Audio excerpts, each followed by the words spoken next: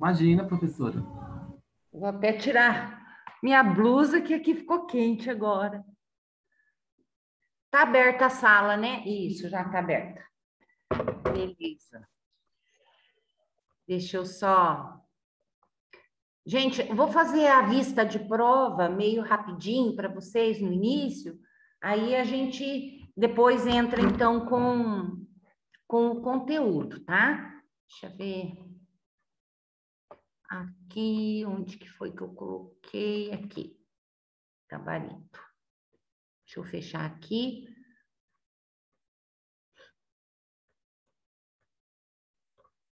Bom, então vamos lá para dar uma olhadinha na prova, tá? Quem tiver com o arquivo aberto aí, conforme eu for falando aqui, qualquer coisa que quiserem questionar, por favor, tá?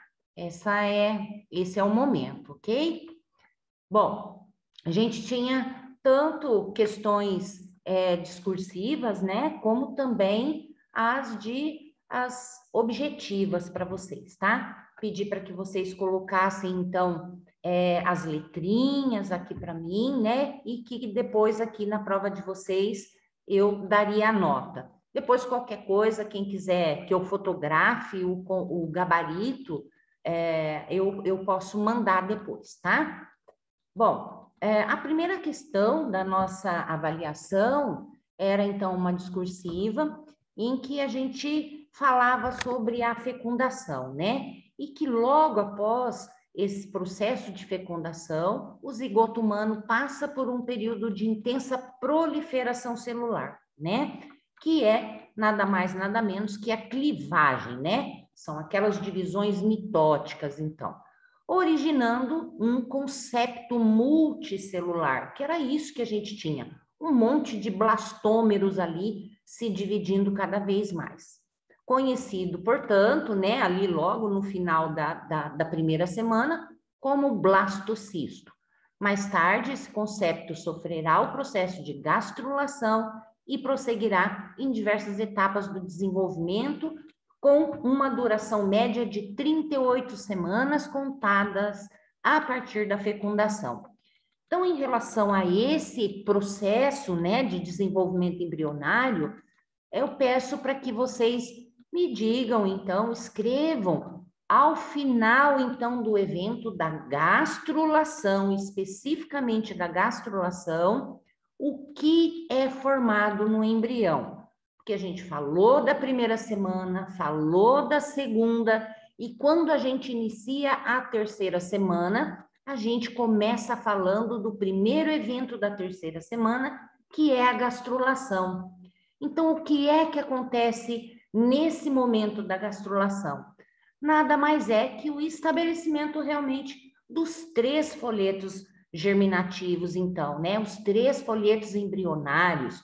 Porque ao final da segunda a gente tinha aquele disco bilaminar, né? O hipo e o epiblasto, né? Que nada mais são depois, né? Que vão ser denominados como o ecto e o endo e o endoderma. E o último folheto a ser formado, então, é o mesoderma, que daí no final da gastrulação eu preciso, então, da formação desses 3 folhetos para que o restante do desenvolvimento, então, aconteça. Porque cada um desses folhetos tem uma importância enorme e que cada um, então, depois vai gerar, então, aí a formação de órgãos e sistemas do corpo, né? Então, era a formação desses 3 folhetos embrionários, então, tá? Qual outra estrutura formada no embrião que induz a formação do tubo neural? Aqui, se eu estou falando de tubo neural, eu ainda estou falando também da terceira semana, tá? Porque a gente sabe que a neurulação, ela ocorre logo depois dessa gastrulação, que os 3 folhetos estão formados, né? E que então aí inicia esse processo de neurulação. Então, um pouco antes, né, quase que concomitantemente, gente, a gente tem o quê? A formação da notocorda. Lembra que eu vim de pouquinho falando? Gastrulação, depois a gente falou de notocorda, depois é que a gente inseriu, né, a neurulação após. Porque eu tenho primeiro, logo após a formação desses 3 folhetos, a formação da notocorda. Por quê? É ela que induz a formação do tubo neural. A professora, não, ela induz a placa neural. Não, a placa neural, o sulco neural, a prega neural são partes da neurulação. São pequenas partes de um todo que vai formar o quê? O tubo neural, tá? Então, a notocorda, ela inicia a formação do tubo neural. E qual é a primeira coisa que tem que ser feita para que eu tenha o tubo neural formado? Então, a placa neural. Mas a placa neural sozinha, ela não é o tubo neural, tá? Então, gente, quem induz é a notocorda e não é a notocorda não induz somente a placa, ela induz a formação completa, então, do sistema neural, tá? Desse tubo neural, então, que vai ocorrer. E a C, a partir de qual semana do desenvolvimento embrionário, passamos a chamar de o concepto, né? Ou aquele embrião de feto, né? Portanto, tendo iniciado o período fetal. Nas minhas aulas, vocês viram que eu coloquei a partir da 8ª semana, né? Então, logo que termina da 4ª à 8ª semana, a gente tem todo esse processo de organogênese já completado, né? Com órgãos e sistemas sendo todos formados, mas ainda sem uma funcionalidade, mas que esse novo ser já está pronto, ele só falta terminar, né? Desenvolver, aprimorar somente, tá? Então, a partir da 8ª semana, quem colocou 9ª semana, tranquilo. Tem alguns que colocaram 10ª semana, né? Porque tem muitos locais, e eu fui pesquisar, que não são muito de literatura, tá? Que falam em 10ª semana. Até pode ocorrer, mas o normal é sempre a partir da 8ª ali, e a 9ª é que ocorre, tá? Mas eu levei em consideração algumas coisas, tá? Isso especificamente porque é da literatura que nós, então, colocamos para vocês, tá? Depois eu pedia numa segunda aqui, o período menstrual, né? E explico aí sobre esse ciclo que ocorre de 28 dias, isso dependendo de cada organismo, e é lógico que esse momento ele é condicionado, então, à produção e à emissão desses hormônios na mulher, né?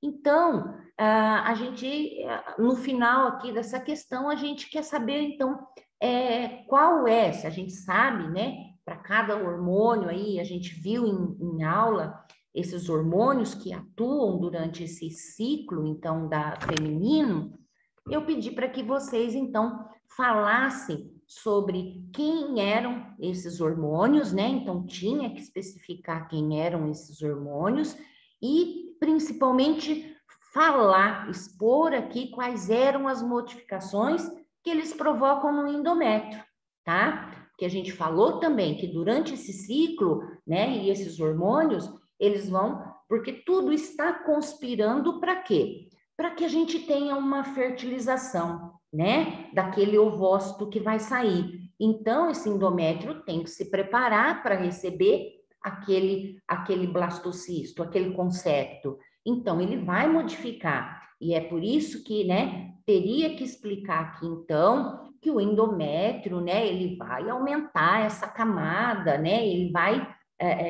aumentar cada uma das suas camadas, vai aumentar a rede de irrigação também, porque esse concepto vai precisar se ligar a esse endométrio e vai ter que ser nutrido, né? Então, preparar realmente esse órgão todo, né, essa camada aí que constitui o útero para receber essa nova vida, né? Podia falar também que esses hormônios atuam no aleitamento, que tinha também lá. Pode citar as fases menstruais, né? Onde está bem lá nas nossas aulas lá, falando como que é o endométrio na fase proliferativa, como é que ele está na secretora e também na isquêmica, quando então não ocorre uma gravidez, a gente tem então o acontecimento da menstruação, né? Que daí é essa fase isquêmica em que esse endométrio todo, então, ele acaba descamando porque não houve a fertilização. Então, era mais isso que eu precisava que vocês, né, especificassem, falar somente aqui desses hormônios, né, da progesterona e do estrogênio, só que esses hormônios, eles não são produzidos por si só dentro do aparelho reprodutivo da mulher. Isso é através, então, lá do nosso cérebro, né? Então, é formado em outro local para estimular, né, estruturas do nosso sistema reprodutivo a produzir, então, esses hormônios. Então, essas respostas que eu dou aqui nesse gabarito é a resposta que eu procuro, né? Que eu penso em que vocês têm que pensar em toda essa conexão, tá, gente? Os que chegaram mais próximos, como eu disse lá, sempre vai levar uma nota maior do que o outro. Se alguém colocou menos coisa, então as notas são diferenciadas entre uma resposta e outra, tá? Quanto mais completo, mais nota ganha, então, nas questões. Bom, a terceira, então aqui bem simples também, tá, gente? Ó, deu o nome cada um dos folhetos formado em ordem cronológica. Por aqui, se é cronológica, é como que eles aparecem, então. Quem aparece primeiro, né? Então, a gente já sabe que na primeira semana não tem nada e na segunda semana a gente já tem, então, o folheto bilaminar. Mas tem lá durante as nossas aulas, se for procurar, a gente acha certinho que é a ectoderme, depois tem a endoderme, né? A endo aqui, ó, no início da gastrulação, então a gente tem lá na segunda, no final da segunda semana, desculpa, se eu não me engano, acho que no comecinho eu já falo lá onde aparece o hipo ou o epo, ou o epi, né? E aí, então, a gente já sabe que é o endoderma e o ectoderma que estão sendo formados ali. Então, ecto e endo já estão prontos no início da gastrulação, tá? Mas após a gastrulação, porque a gastrulação principalmente é o ponto mais importante para a formação da mesoderme. Então, por isso que a mesoderme é o último folheto embrionário a ser formado, tá, pessoal? Então, ele acontece no final da gastrulação, ainda na terceira semana. E aqui era só para citar, bem tranquilo, né? A gente sabe que cada um dos folhetos embrionários tem várias, eles são destinados à formação de vários órgãos, sistemas ou anexos que sejam. Então, era para citar 4 de cada um, tá, gente? Não era para colocar 4 aqui aleatório, não, é para colocar identificando o ecto, o que vai formar? 4 coisas. Endo, 4 coisas. Meso, 4 coisas também, tá? Então, quem fez direto e só colocou aqui, tireoide, intestinos e tal, sistema nervoso e periférico, e sem falar de quem é de quem, então, levou uma nota mais baixa, tá? Ô, professora, Oi. eu só acho que deveria ter ficado um pouco mais especificado, na Mas é minha só opinião. perguntar, a gente fica disponível. Lembra que Porque eu eu falei? achei assim que ficou bem confuso. Eu fiz isso e eu achei um pouco confuso. Eu não sei se as outras pessoas tiveram dificuldade. Assim, a maioria citou 4 de cada um. então, É, eu não ó, lembro se eu fiz isso, mas assim, nas é, outras perguntas, eu acho que eu acredito que essa não, mas as outras perguntas eu senti bastante dificuldade, assim, porque ficou meia. Eu era não sei só nem dizer. perguntar, porque a gente até deixa Mas na mais. próxima eu vou É, perguntar bastante, isso, porque eu não estamos. perguntei e eu fiquei bem triste com a minha nota. Porque todo mundo, a gente já fala, escreve lá. Estamos à disposição para responder dúvidas quanto a entender a questão. Deixei claro lá que eu não iria responder, porque muita gente às vezes me manda mensagem e fala assim: ah, professora, o ectoderme ele produz, ele acaba formando sistema nervoso, e o periférico também, né? Tipo me perguntando. Eu não posso fazer isso, porque se eu falar pronto, ela já corrigiu a resposta dela. Então, eu não posso. Então, eu achei que até tinha ficado claro, mas se não, por favor, gente, sempre tem que perguntar. Porque até aqui está aqui, ó, 4 tipos de formação relacionado a cada um dos folhetos embrionários. Então, eu achei que aqui estaria muito claro a respeito, que eu teria que citar 4 de cada um dos folhetos embrionários. Mas se houver dúvida, então sempre entre em contato, gente. A gente sempre está disponível. Aqui, em relação a verdadeiro ou falso, gente, também da mesma forma, olha. Então, a gente dá essas questões e vocês vão dizer se é verdadeiro ou falso, tá? Então, tem lá na aula, né? Com a formação do blastocisto, a zona pelúcida desaparece? Sim, a gente tem a tela no esquema, nos nossos slides, eu ainda coloquei um quadradinho do lado escrito. Logo que está formado o blastocisto, zona pelúcida desaparece. Gente, só uma coisa que eu vou falar. Por favor, como vocês estão fazendo em EAD, qual é a primeira? É assim, parece que é automático.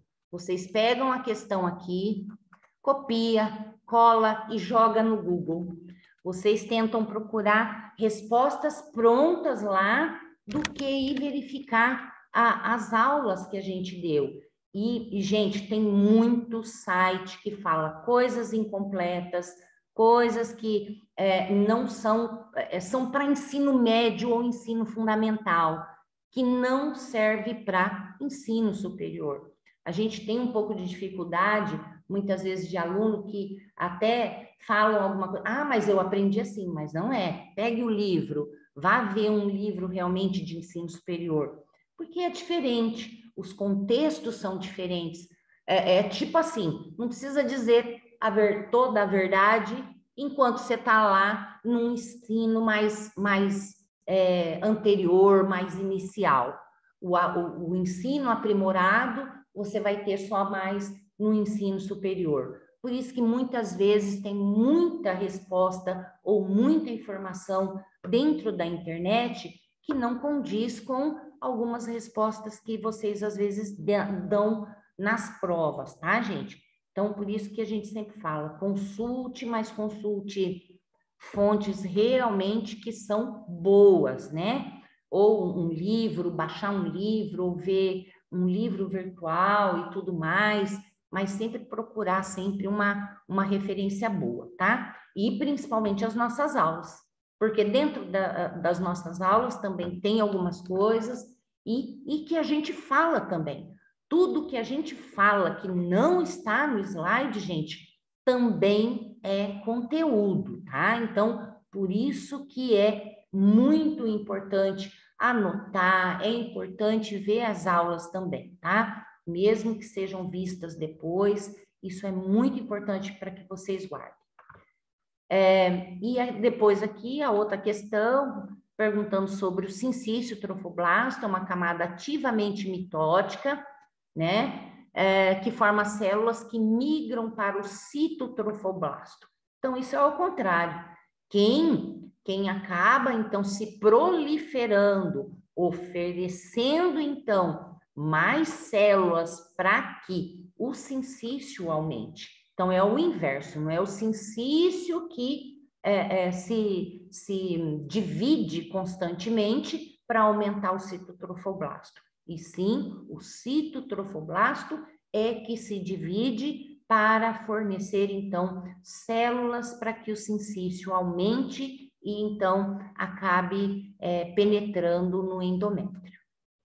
Essa outra, ao final da segunda semana, durante a gastrulação, são formados os 3 folhetos embrionários. Ao final da segunda semana, né? Endoderme, mesoderma e ectoderme. É lógico que está, deixa eu ver, ao final da segunda. Está errado, porque ao final da segunda está feito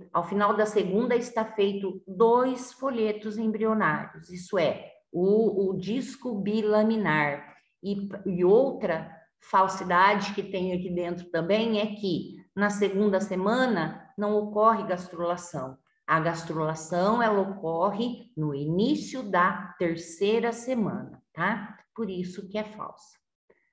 A gastrulação se inicia com a formação da linha primitiva, isso é verdadeiro, e da 4ª à 8ª semana, né, do desenvolvimento embrionário, são estabelecidas as principais estruturas internas e externas, com formação e funcionalidade de vários sistemas e órgãos. Também está escrito nos nossos arquivos, também foi falado em aula, né, nos nossos vídeos, em que realmente é nesse momento que ocorre, então, essa organogênese toda, e que existe a formação dessas estruturas e de sistemas, né? Mas que funcionalidade total ainda não.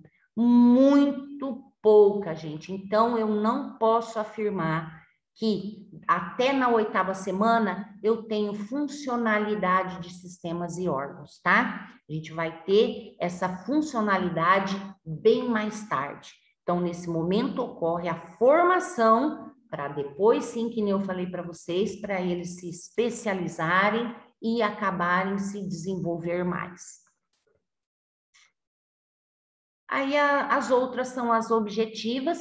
Aqui, se alguém se confundiu também, aqui está pedindo, ó, para que mostre, né, onde é que ocorre, fala todo sobre esse desenvolvimento, né, gametogênese e tal, mas o que que a gente quer? A gente quer saber onde ocorre a nidação, que é a mesma coisa que a implantação, deixei aqui na frente para vocês não esquecerem, a fertilização e a segmentação. Então, aqui, se a gente for ver, ele não está em ordem, porque isso acontece primeiro, isso acontece em segundo e a nidação em terceiro. Mas não tem problema, eu quero saber o que acontece, onde e quando aqui acontece a nidação, a fertilização e a segmentação, respectivamente. Eu não estou falando a ordem correta e cronológica. Eu estou pedindo essa ordem que está na pergunta. A nidação é onde ele se implanta, é lógico que é o 3. A fertilização é lógico que é aqui no 1, na tuba uterina. E a segmentação é enquanto ele está caminhando e está aqui quase no final da tuba uterina, que ele vai se dividindo então. Então, a ordem certa, 3, 1 e 2, então, tá? Aqui mostrando o endométrio e era para, então, mostrar aí, né, e as fases endometriais do ciclo menstrual de uma mulher que podem ser denominadas respectivamente como. Então, era olhar aqui, olha. Então, a gente tem essas camadas diferenciadas, né, e que estavam lá nas nossas aulas, falando, então, que a gente tem, primeiro, a proliferativa, onde vai, né, ter toda aquela maturação dos ovócitos, então, para poder sair do ovário, e depois a secretora, e se não, aqui, secretora, né, aumentar esse endométrio, e depois, é lógico, para acabar, a gente tem a menstrual, se não ocorre, então, a fertilização. Aqui também bem tranquilo, ó, mostrando as partes do espermatozoide para vocês indicarem onde é o acrossoma, né? Os números, então, indicados. Então, tá bem tranquilo. Número 1, né? 1 e 2 indicam o acrossoma e o núcleo, é lógico, o núcleo lá dentro, acrossoma. Aí, depois aqui, só mais pedindo isso aqui. Era a única que estava certa, então, tá? Em relação à reprodução humana, considere as seguintes afirmativas, né? Os espermatozoides são produzidos nos tubos e vão se distribuir no interior dos testículos. Então, somente a um, porque a vasectomia é um método contraceptivo que consiste em seccionar o tubo seminífero. Não é esse aqui, tá, gente? Impedindo a produção de líquido espermático. Ele não impede a produção de líquido espermático, e sim a passagem do espermatozoide, tá?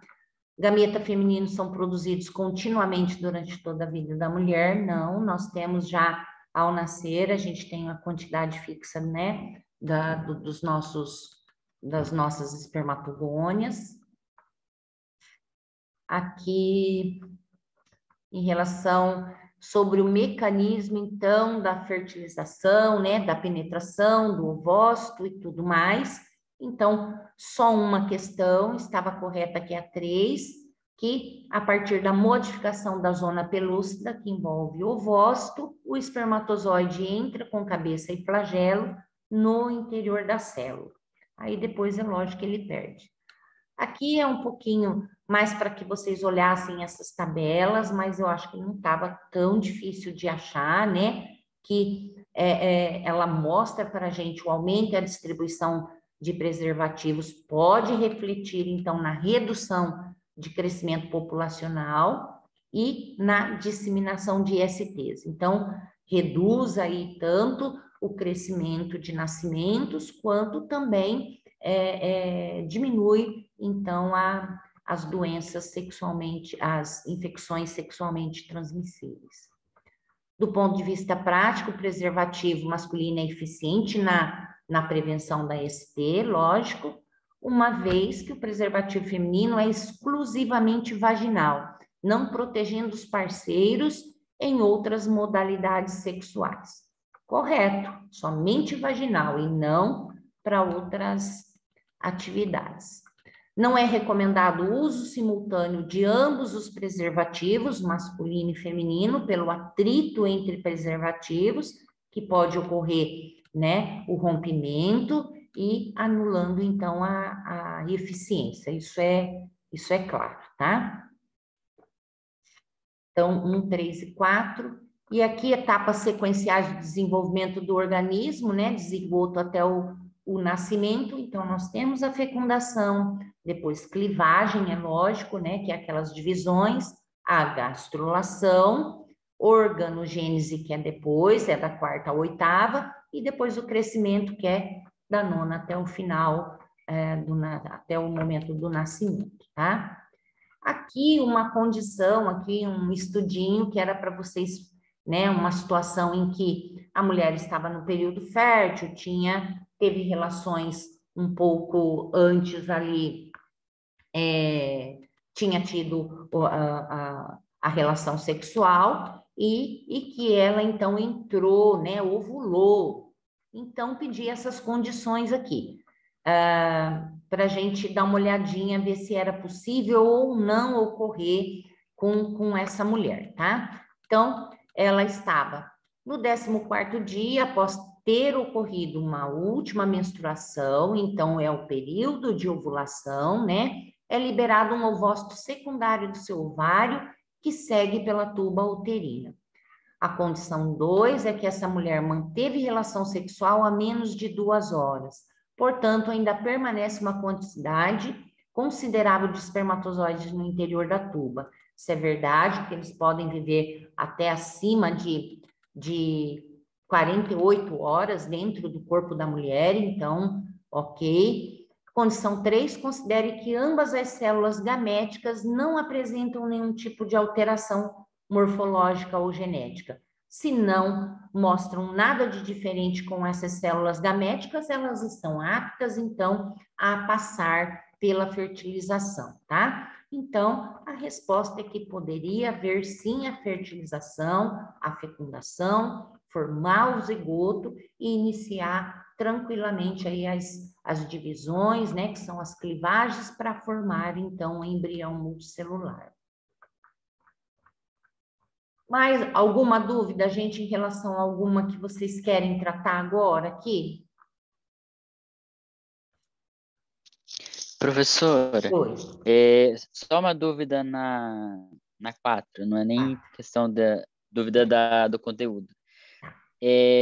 Mas se tipo, eu errei só alguma alternativa, uma do verdadeiro ou falso, foi desconsiderada ela toda ou parcial?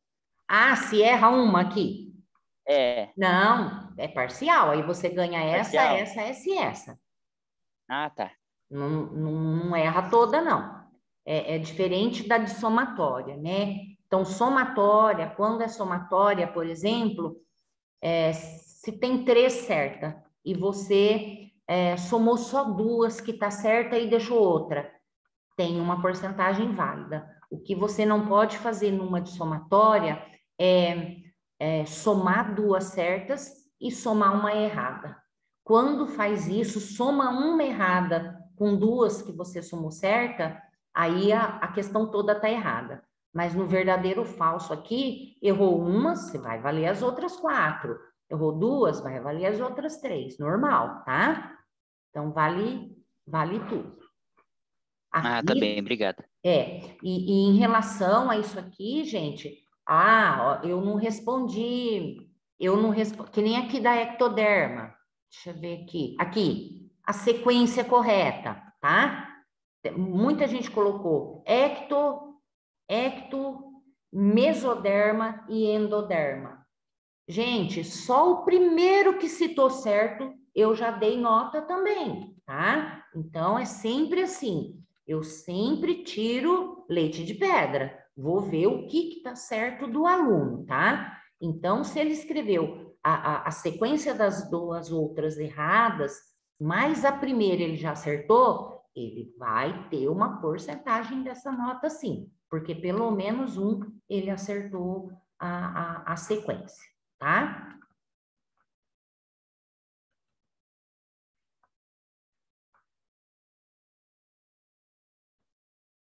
Essa sessão, gente, vai acabar já já. Que horas são? Deixa eu ver aqui. 19h42. Eu só vou abrir a outra aula, pessoal, para a gente... Não. Vocês entram... Nós vamos fechar essa. Vocês podem entrar no mesmo link que eu vou abrir outra reunião, tá, gente? Aí eu seguro vocês até umas 8h15 só, no 8h10 mais ou menos, só para falar mais um pouquinho da outra aula de introdução que a gente vai fazer, tá? Pode ser? Pode sim. Então tá ok. Então daqui a pouquinho vocês podem entrar no mesmo link que eu abro outra reunião aqui, tá? Até já, pessoal.